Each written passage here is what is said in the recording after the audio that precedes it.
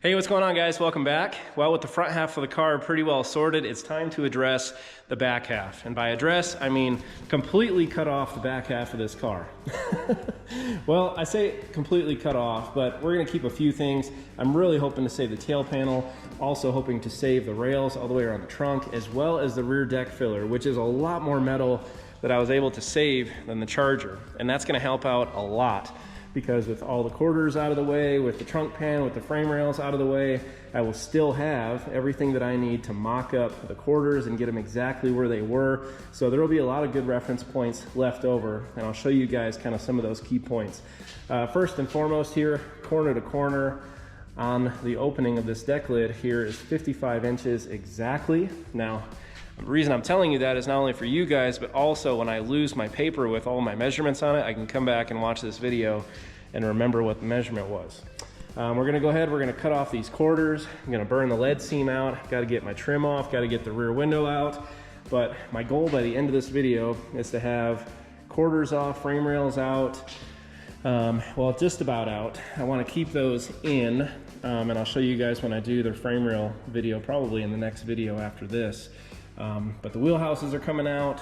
Yeah, there's gonna be a lot of metal hitting the floor, a lot of sparks flying in this video. So without further ado, I'm gonna go ahead and grab one of my 24 or so grinding wheels here, some hearing protection, and let's get this thing all cut up.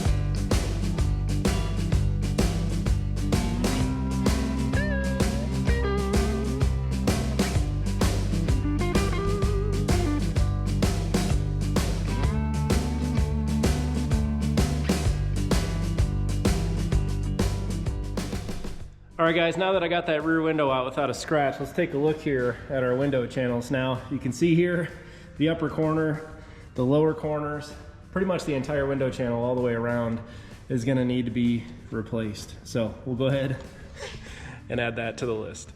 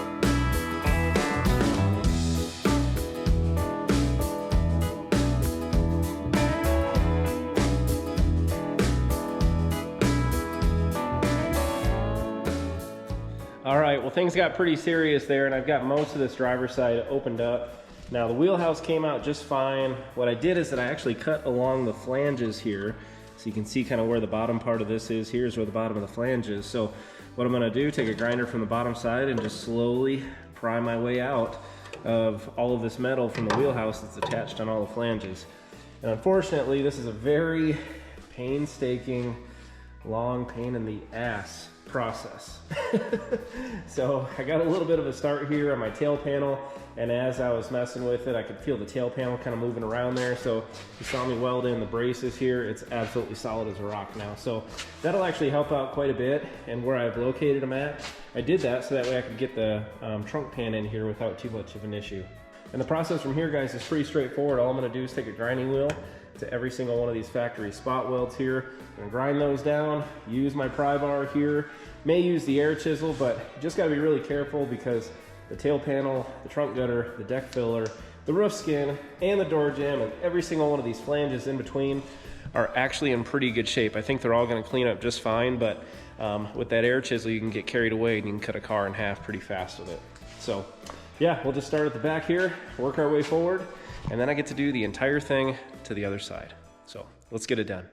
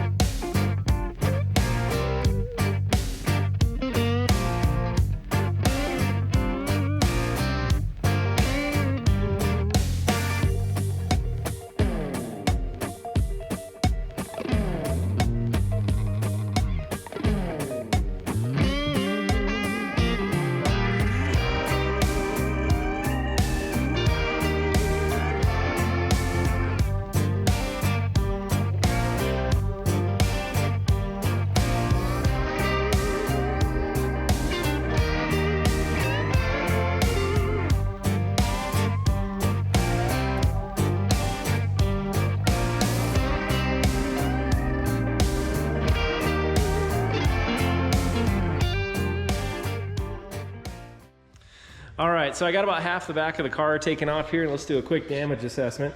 T-Bone's saying that I should just scrap the entire thing. I'm just kidding. He loves this car. He actually thinks he's gonna get this car given to him. I don't know where he gets that idea.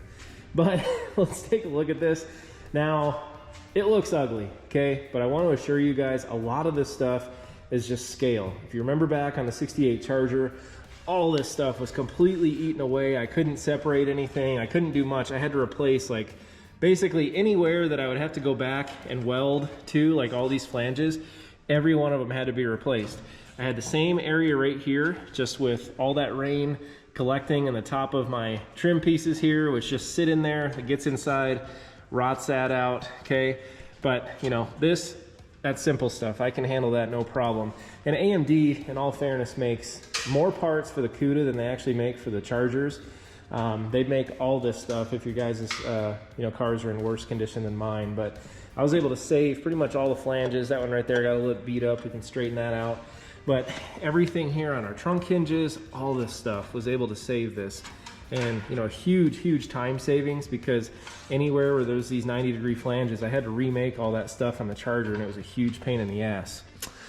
Now, I would say a word of caution, guys. Now, it looks like I just whipped this thing out in 10 minutes and it's done. Okay, I've probably gone through 25 grinding wheels, a handful of sanding discs as well. And the biggest thing, you just have to take your time. If you're trying to save this metal, okay, you can drill it out, you can punch it out. The reason I'm using the grinder and the sanding disc and everything is because I don't want a whole bunch of holes in this to further weaken it. Because then you blow them out and then it's a pain in the butt to try to weld them all back together. So I can control the grinder a whole lot better than I can control my drill. So you guys may be different, but that's my style. And I don't think that I could have saved all of this metal here. You can see where the original spot welds were, but imagine this thing just being Swiss cheese full of holes in here. And all I have to do now, sand this down a little bit, throw some weld through primer on it, slap the quarters on, and it's ready to weld back on. So still hoping to save the tail panel, but I've still got roughly half to get to get peeled off of here. So, but the process is the same, guys. We're gonna try to take out the chunks that we can, just slow, controlled cuts, okay? Don't get too crazy with the grinding wheel. And again, my favorite thing to say, don't get too crazy with the air chisel. So I'm gonna go ahead and throw this thing in fast forward, and let's wrap up taking off the back half of this car.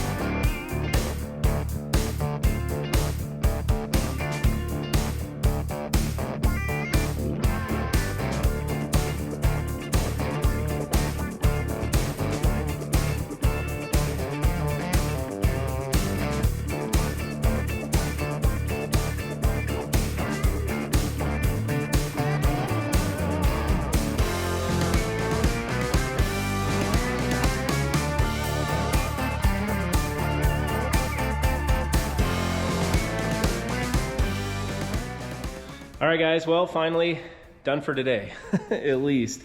Went through probably, I don't know, 30 plus grinding wheels, I think, on this entire thing. And it's nowhere close to being done, obviously, but getting all of the sheet metal out of the way that I did, all of where the rear quarters are gonna go, opened up where the wheelhouses are gonna go, definitely sets things up and makes it a lot easier to start test fitting things on the car. So a quick damage assessment on this side. The deck filler looks like it's in good shape here underneath, and then also, all the surfaces. Really, in general, every surface that I have to weld to, damn near on the entire car actually, has been really good. Starting with the door jambs, all of this is rock solid material. Every one of our flanges that we have to mount our wheelhouses to, even our trunk gutters here are in really nice shape. Tail panel, not so much.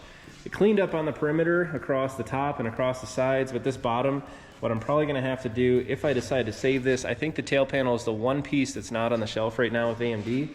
So, and I really don't wanna wait. So I may put the time and the effort into cutting off this entire flange across the bottom here and welding on a piece. Now, it's not as easy as just putting, let's say, an inch across the whole thing. There is some shape to this. You can see it dips down for the trunk pan, kind of goes straight, comes back up on this side. So a little bit of work to do there, a little bit of figuring out, but really nothing I don't think I can't handle with where we've taken the car so far. But yeah, the next steps here, guys, we're gonna get these frame rails out of the way. We're gonna get the rear seat pan, you know, ready to mock up and mount the new seat pan too. But it really all starts with the foundation at the frame rail, so we can get that part done, get the cross rail in here across the back. Yeah, will definitely help out a long way. Get the tail pan above that. So there is a process, there's a method to my madness here with doing this. And as crazy as this looks, guys, it could be so much worse. Okay, another thing I'd like to do as well is do the rear mini tubs like we did on the Charger. Now, these frame rails actually kind of splay outward in the back, where the Chargers more kind of go straight. So I think in total I only have about 1.5 inches that I can work with before I'm gonna have to start cutting and modifying the frame rails, which I really don't want to have to do. So we'll have to kind of see how that works out, but I want some big fat meats in the back of this. But at the same time, I don't want to have to do, you know, a full back half and custom frame rails and all that stuff on the car, because, don't laugh, but I'd like it to appear, look, and function somewhat original to what it was coming off the factory floor. So a lot of work to do, guys, but this is a huge, huge step and a huge check off the list, and just getting all this metal onto the floor. So exciting times, you don't want to miss it. If you haven't done so yet, hit that subscribe button. And I think I'm going to go ahead and spend the next few hours cleaning up this garage because dust is everywhere. So take care. I'll see you guys next time.